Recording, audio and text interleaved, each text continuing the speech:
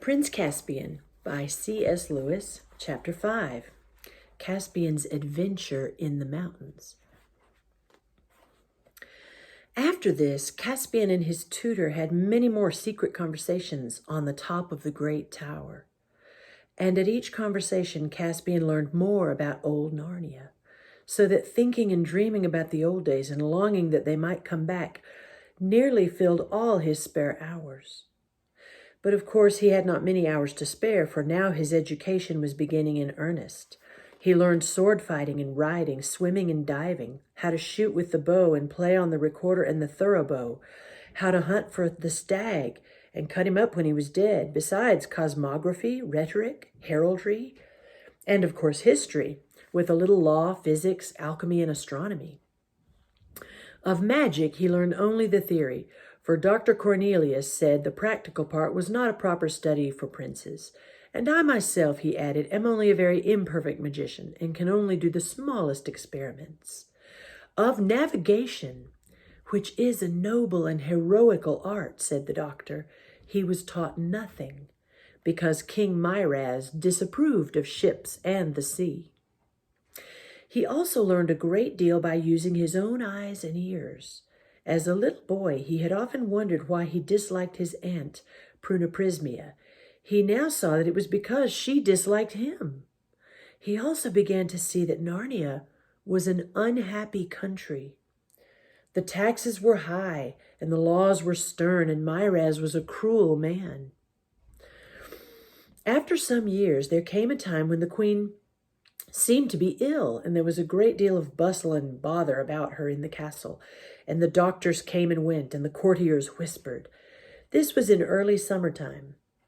And one night, while all this fuss was going on, Caspian was unexpectedly awakened by Dr. Cornelius after he had only been in bed a few hours. Are we going to do a little astronomy, doctor? Said Caspian. Hush, said the doctor. Trust me and do exactly as I tell you. Put on all your clothes. You have a long journey before you. Caspian was very surprised, but he had learned to have confidence in his tutor, and he began doing what he was told at once. When he was dressed, the doctor said, I have a wallet for you. We must go into the next room and fill it with victuals from your Highness's supper table. My gentlemen in waiting will be there, said Caspian. They are fast asleep and will not wake, said the doctor. I am a very minor magician, but I can at least contrive a charmed sleep. They went into the antechamber, and there, sure enough, the two gentlemen in waiting were sprawling on chairs and snoring hard. Dr. Cornelius quickly cut up the remains of a cold chicken and some slices of venison, and put them, with bread and an apple or two and a little flask of good wine, into the wallet, which he then gave to Caspian.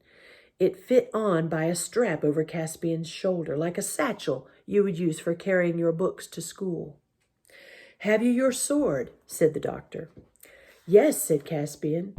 Then put this mantle over all to hide it, and to hide the sword in the wallet. That's right. And now we must go to the great tower and talk. When they had reached the top of the tower, it was a cloudy night, not at all like the night when they had seen the conjunction of Tarva and Alambil. Dr. Cornelius said, Dear Prince, you must leave this castle at once and go seek your fortune in the wide world. Your life is in danger here. Why? Asked Caspian. Because you are the true king of Narnia, Caspian X, the true son and heir of Caspian IX. Long live to your majesty, he said, and suddenly, to Caspian's great surprise, the little man dropped down on one knee and kissed his hand. What does it all mean? I don't understand, said Caspian. I wonder why you have never asked me before, said the doctor. Why, being the son of King Caspian, you are not King Caspian yourself. Everyone except your majesty knows that Myraz is a usurper. When he first began to rule, he did not even pretend to be king. He called himself Lord Protector. But then your royal mother died, the good queen, and the only Telmarine who was ever kind to me. And then one by one, all the great lords who had known your father died or disappeared. Not by accident either. Myraz weeded them out. Belisar and Uvilas were shot with arrows on a hunting party. By chance, it was pretended. All the great house of the Passerids was sent to fight giants on the northern frontier, till one by one they fell. Arlian and Aramon and a dozen more he executed for treason on a false charge. The 2 brothers of Beaver's Dam he shut up as madmen, and finally he persuaded the 7 noble lords, who alone among all the Telmarines did not fear the sea, to sail away and look for new lands beyond the Eastern Ocean, and as he intended, they never came back. And when there was no one left who could speak a word for you, then his flatterers, as he had instructed them, begged him to become king, and of course he did. "Do you mean he now wants to kill me too?" said Caspian. "That is almost certain," said Dr. Cornelius. "But why now?" said Caspian. "I mean, why didn't he do it a long time ago if he wanted to? And what harm have I ever done to him?" "He has changed his mind about you because of something that happened only 2 hours ago. The Queen has had a son." "I don't see what that's got to do with it," said Caspian. "Don't see!" exclaimed the doctor. "Have all my lessons in history and politics taught you no more than that? Listen. As long as he had no children of his own, he was willing enough that you should be king after he died. He may not have cared much about you, but he would rather you should have the throne than a stranger. Now that he has a son of his own, he will want his own son to be the next king. You are in the way. He'll clear you out of the way." "Is he really as bad as that?" said Caspian. "Would he really murder me?" "He murdered your father," said Dr. Cornelius. Caspian felt very strange and said nothing. "I can tell you the whole story," said the doctor, "but not now. There is no time. You must fly at once." "You'll come with me?" said Caspian. "I dare not," said the doctor. "It would make your danger greater. 2 are more easily tracked than 1. Dear Prince, my dear King Caspian, you must be very brave. You must go alone and at once. Try to get across the southern border to the court of King Nain of Archenland. He will be good to you." "Shall I never see you again?" said Caspian in a quavering voice. "I hope so, dear King," said the doctor. "What friend have I in the world except your Majesty? And I have a little magic, but in the meantime speed is everything. Here are 2 gifts before you go. This is a little purse of gold. Alas, all the treasure in this castle should be your own by rights. And here is something far better." He put in Caspian's hand something which he could hardly see, but which he knew by the feel to be a horn.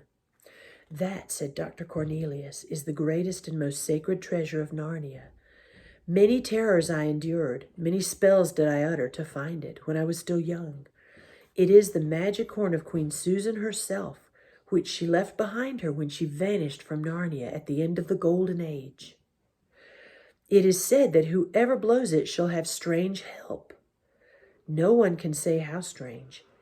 It may have power to call Queen Lucy and King Edmund and Queen Susan and the High King Peter back from the past, and they will set all to rights. It may be that it will call Aslan himself. Take it, King Caspian, but do not use it except at greatest need. And now, haste, haste! The little door at the very bottom of the tower, the door into the garden, is unlocked. There we must part." "Can't I get my horse, Destrier?" said Caspian. "He is already saddled and waiting for you just at the corner of the orchard." During the long climb down the winding staircase, Cornelius whispered many more words of direction and advice. Caspian's heart was sinking, but he tried to take it all in. Then came the fresh air in the garden, a fervent handclasp with the doctor, a run across the lawn, a welcoming whinny from Destrier, and so King Caspian X left the castle of his fathers. Looking back, he saw fireworks going up to celebrate the birth of the new prince. All night he rode southward, choosing byways and bridle paths through woods as long as he was in country that he knew. But afterward he kept to the high road. Destrier was excited as his master at this unusual journey, and Caspian, though tears had come into his eyes at saying goodbye to Dr. Cornelius, felt brave and in a way happy to think that he was King Caspian riding to seek adventures, with his sword on his left hip and Queen Susan's magic horn on his right. But when day came with a sprinkle of rain, and he looked about him and saw on every side unknown woods, wild heaths, and blue mountains, he thought how large and strange the world was, and he felt small and frightened. As soon as it was full daylight, he left the road and found an open grassy place amid a wood where he could rest. He took off Destrier's bridle and let him graze, ate some cold chicken and drank a little wine, and presently fell asleep. It was very late afternoon when he woke. He ate a morsel and continued the journey, still southward by many unfrequented lanes. He was now in a land of hills going up and down, but always more up than down. From every ridge he could see the mountains growing bigger and blacker ahead. As the evening closed in, he was riding their lower slopes. The wind rose. Soon rain fell in torrents. Destrier became uneasy. There was thunder in the air. And now they entered a dark and seemingly endless pine forest. And all the stories Caspian had ever heard of trees being unfriendly to men crowded into his mind. He remembered that he was, after all, a telmarine, one of the race who cut down trees whenever they could, and were at war with all the wild things. And though he himself might be unlike other telmarines, the trees could not be expected to know this. Nor did they. The wind became a tempest. The woods roared and creaked all around him. There came a crash. A tree fell right across the road just behind him. "Quiet, Destrier, quiet," said Caspian, patting his horse's neck. But he was trembling himself and knew that he had escaped death by an inch. Lightning flashed and a great crack of thunder seemed to break the sky in two just overhead. Destrier bolted in good earnest. Caspian was a good rider, but he had not the strength to hold him back. He kept his seat, but he knew that his life hung by a thread during the wild career that followed. Tree after tree rose up before them in the dusk, and was only just avoided. Then, almost too suddenly to hurt, and yet it did hurt too, something struck Caspian on the forehead, and he knew no more. When he came to himself, he was lying in a firelit place with bruised limbs and a bad headache. Low voices were speaking close at hand. "And now," said one, "before it wakes up, we must decide what to do with it." "Kill it," said another. "We can't let it live. It would betray us." "We ought to have killed it at once, or else let it alone," said a third voice. "We can't kill it now, not after we've taken it in and bandaged its head and all. It would be murdering a guest." "Gentlemen," said Caspian in a feeble voice, "whatever you do to me, I hope you will be kind to my poor horse." "Your horse had taken flight long before we found you," said the first voice, curiously husky, earthy voice, as Caspian now noticed. "Now don't let it talk you round with its pretty words," said the second voice. "I still say—" "Horns and halibuts," exclaimed the third voice. "Of course we're not going to murder it. For shame, Nick-a-brick. What say you, Truffle Hunter? What shall we do with it?" "I shall give it a drink," said the first voice, presumably Truffle Hunter's. A dark shape approached the bed. Caspian felt an arm slip gently under his shoulders, if it was exactly an arm. Somehow the shape seemed wrong. The face that bent toward him seemed wrong too. He got the impression that it was very hairy and very long indeed, and there were odd white patches on the side of it. "It's a mask of some sort," thought Caspian, "or perhaps I'm in a fever and imagining it all."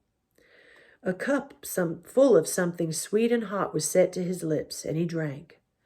At that moment, one of the others poked the fire. A blaze sprang up, and Caspian almost screamed with shock as the sudden light revealed the face that was looking into his own. It was not a man's face at all, but a badger's, though larger and friendlier and more intelligent than the face of any badger he had ever seen before, and it had certainly been talking. He saw, too, that he was on a bed of heather in a cave. By the fire sat two little bearded men, so much wilder and shorter and hairier and thicker than Dr. Cornelius that he knew them at once for real dwarfs, ancient dwarfs with not a drop of human blood in their veins.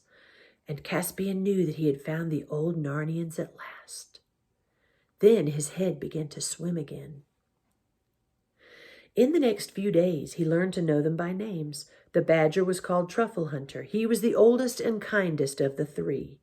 The dwarf who had wanted to kill Caspian was a sour black dwarf. That is, his hair and beard were black and thick and hard like horsehair. His name was Nickabrick. The other dwarf was a red dwarf with hair rather like a fox's, and that dwarf was called Trumpkin. "And now," said Nickabrick on the first evening when Caspian was well enough to sit up and talk, "we still have to decide what to do with this human. You two think we've done it a great kindness by not letting me kill it, but I suppose the upshot is that we have to keep it a prisoner for life. I'm certainly not going to let it go alive, back to its own kind, to betray us all." "Bulbs and bolsters, Nickabrick," said Trumpkin. "Why need you talk so unhandsomely? It isn't the creature's fault that it bashed its head against a tree outside our hole, and I don't think it looks like a traitor." "I say," said Caspian, "you haven't yet found out whether I want to go back. I don't. I want to stay with you if you'll let me. I've been looking for people like you all my life." "That's a likely story," growled Nickabrick. "You're a telmarine and a human, aren't you? Of course you want to go back to your own kind." "Well, even if I did, I couldn't," said Caspian. "I was flying for my life when I had my accident. The king wants to kill me. If you'd killed me, you'd have done the very thing to please him." "Well now," said Truffle Hunter, "you don't say so." "Eh?" said Trumpkin. "What's that?" "What have you been doing, human, to fall foul of Myraz at your age?" "He's my uncle," began Caspian, when Nickabrick jumped up with his hand on his dagger. "There you are," he cried, "not only a telmarine, but close kin and heir to our greatest enemy. Are you still mad enough to let this creature live?" He would have stabbed Caspian then and there if the badger and Trumpkin hadn't got in the way and forced him back to his seat and held him down. "Now, once and for all, Nickabrick," said Trumpkin, "will you contain yourself, or must Truffle Hunter and I sit on your head?" Nickabrick sulkily promised to behave, and the other two asked Caspian to tell his whole story. When he had done so, there was a moment's silence. "This is the queerest thing I ever heard," said Trumpkin. "I don't like it," said Nickabrick. "I didn't know there were stories about us still told among the humans.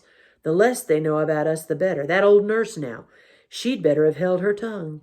And it's all mixed up with that tutor, a renegade dwarf. I hate him. I hate him worse than humans. Mark my words, no good will come of it." "Don't go talking about things you don't understand, Nickabrick," said Truffle Hunter. "You dwarfs are as forgetful and changeable as the humans are themselves. I'm a beast, I am, and a badger, what's more. We don't change. We hold on. I say great good will come of it. This is the true king of Narnia we've got here, a true king coming back to a true Narnia. And we beasts remember, even if dwarfs forget, that Narnia was never right except when a son of Adam was a king." "Whistles and whirligigs, Truffle Hunter," said Trumpkin. "You don't mean you want to give the country to humans?" "I said nothing about that," answered the badger. "It's not men's country. Who should know that better than me? But a country for a man to be a king of. We badgers have long enough memories to know that. Why, bless us, wasn't High King Peter a man?" "Do you believe all those old stories?" said Trumpkin. "I tell you, we don't change, we beasts," said Truffle Hunter. "We don't forget. I believe in the High King Peter and the rest that reigned at Cair Paravel as firmly as I believe in Aslan himself." "As firmly as that, I dare say," said Trumpkin. "But who believes in Aslan nowadays?" "I do," said Caspian, "and if I hadn't believed in him before, I would now. Back there among the humans, the people who laughed at Aslan would also have laughed at stories about talking beasts and dwarfs. Sometimes I did wonder if there really was such a one as Aslan. But then sometimes I wondered if there were really people like you. Yet here you are." "That's right," said Truffle Hunter. "You're right, King Caspian. And as long as you will be true to old Narnia, you shall be my king, whatever they may say. Long life to your majesty." "You make me sick, badger," growled Nickabrick. "The High King Peter and the rest may have been men, but they were a different sort of men. This is one of the cursed telmarines. He has hunted beasts for sport, haven't you now?" he added, rounding subtly on Caspian. "Well, to tell the truth, I have," said Caspian, "but they weren't talking beasts." "It's all the same thing," said Nickabrick. "No, no, no," said Truffle Hunter. "You know it isn't. You know very well that the beasts in Narnia nowadays are different and are no more than the poor dumb witless creatures you'd find in Calormen or Telmar. They're smaller, too. They're far more different from us than the half-dwarfs are from you." There was a great deal more talk, but it all ended with the agreement that Caspian should stay, and even the promise that, as soon as he was able to go out, he should be taken to see what Trumpkin called the others, for apparently in these wild parts, all sorts of creatures from the old days of Narnia still lived on in hiding.